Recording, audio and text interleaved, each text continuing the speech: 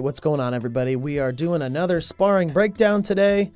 This is me digging through the old hard drive that I have to find some sparring rounds. So this was my 5th degree testing in 2014, and I'm sparring Mr. Bobby Lacy. So I am here with my back to the camera, and he is on the other side here, kind of facing towards us. So we'll watch this round here.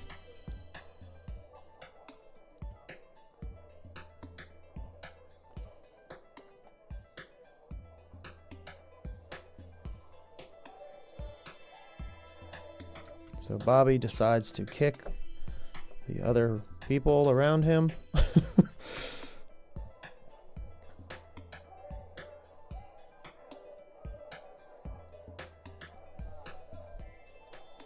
So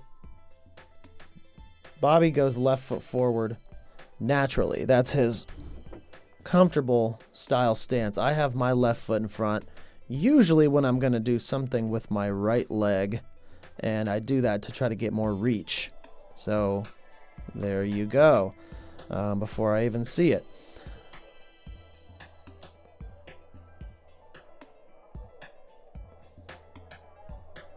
So let's look at that little exchange real quick. So I side kick.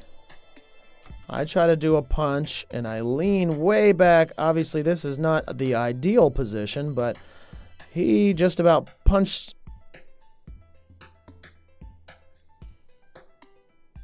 I see him set up this punch, and he punches this direction. Down, down, down. So I lean just enough for it not to hit me there.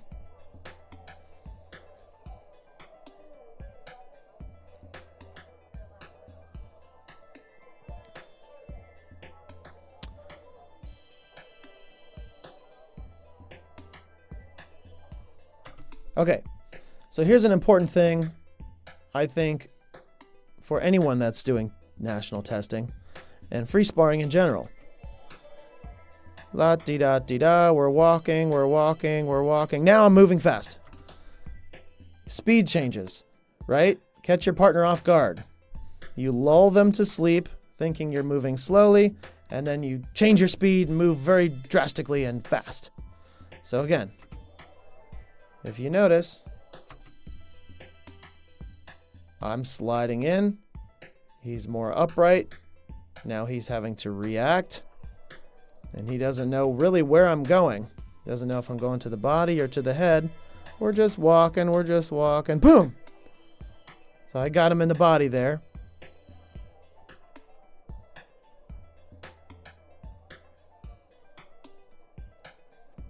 That was a great kick. So how did that work? So he chambers, and his foot's kind of below his knee, and I cover up here thinking, okay, he's not going to kick me in the body because he kicks me in the head. Okay, so I had a little get back there, I guess. But if you notice, we kind of almost get to the same angle that we had, and he does the same thing with his punch. Here it comes. Right? So I notice, block it. Okay, I sort of punch him. And then follow that with a kick. Let's go one more time. So great kick to my head.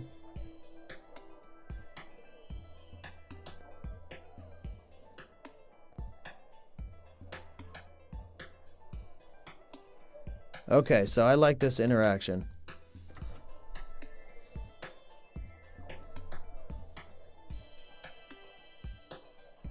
Okay, so he comes in, I jam him. We're both bumped off each other a little bit, and then we instantly recover. He throws a spin kick knowing I'm behind him. I let it pass. I charge in. He blocks me. He's trying to fire back. I'm coming over at this angle. So again, we're not doing things to the same direction. We're spinning. We're going this angle. We're coming down. We're moving in. I don't know if we hit each other much, but I like the fact that we tried different things. I jam him with a punch, and we both kind of rotated a little bit, and he immediately recovers with a spin kick. I try to get him with a round kick. Right after his foot passes, he's kind of squared up to me in this moment here. He turns back to sideways very well and very quickly. He punches towards me and misses. I kick just over his shoulder and miss. None of that stuff landed, but the intensity of what Mr. Lacy calls taking calculated risks was there to the nth degree, right? And you saw it in that little 5-second spurt. We both missed a lot, but just by inches, right?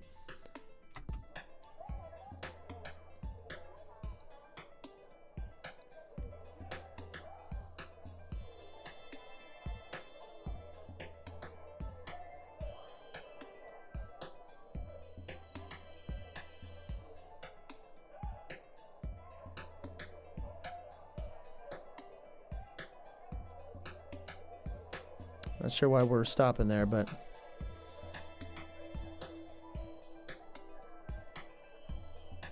okay, so what made that work? Let's go back. So we're just walking around. La-di-da-di-da. This is what I consider a neutral position.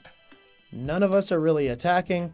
None of us are moving back or forward. We're just walking around each other, which is something you have to do because little steps can get you in a different position. But to try to throw a 360 kick from here isn't going to work. You have to set a 360 kick up generally.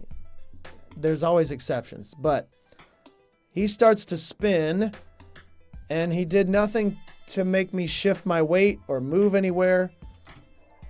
So I just stick a side kick right in there and blow the whole kick up basically. So if you're going to 360, generally you want to get your partner moving back. So not only is their weight shifted back, but at the same time you can cover that distance and come forward with a 360 kick or something. But to just do it from a neutral stance, again, I'm not sure why we stopped there. And he does a round kick here. I kind of just blocked that and then just stuck that kick in there. So again, I'm not the best example in the world, but he did his 360 with nothing. I do side kick, 360 side kick. So I didn't hit him either, but I would say that I at least tried to set it up, right? So I side kicked him, I saw where he was, and then immediately tried to follow it up with something else. So one, and then his hand was just in the way. But I guarantee if I just threw that kick, that punch would come right down my throat. And that's not what I want. So I had to do something to stop him, scoot him back maybe a little bit, and then at least try it. But if I threw that 360 side kick, I guarantee Mr. Lacy would blow my kick up the way I kind of did to his.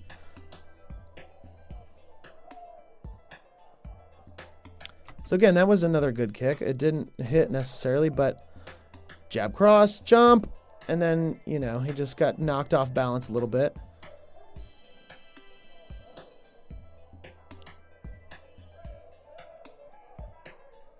Okay, so there's the end of the round. But again, he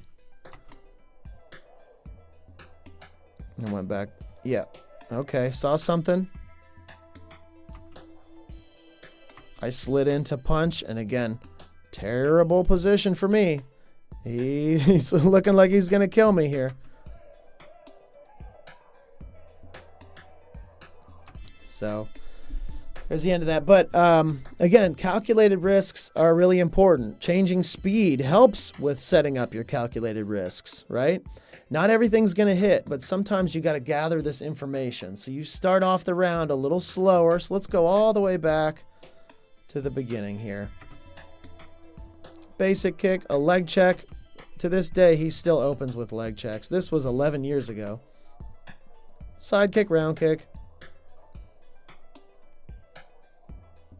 Basic kicks, couple of punches. You know, a spin kick that went a little haywire there. But a jump round kick, a side kick round kick, a side kick, punches. It's 90% basics, okay? And then as we get into the round more, we're throwing spins, we're throwing 360 kicks, and that's when you want to throw them, because then you can start to learn how your partner blocks, how your partner moves, and then realistically you can try to hit your partner. But if I swapped the first and the second half of this round, I threw all those 360s first, he would destroy me, right? I need to learn how he moves, when he backs up, when he doesn't, what foot he likes to keep in front, all these different things. And it's not something I really consciously think about, and I'm sure he would say the same thing, but it's something that comes instinctually. You start to just learn, when I do my side kick, is he scooting back or is he staying put? So again, he scoots back pretty well. He stays evenly balanced between his legs. Same thing.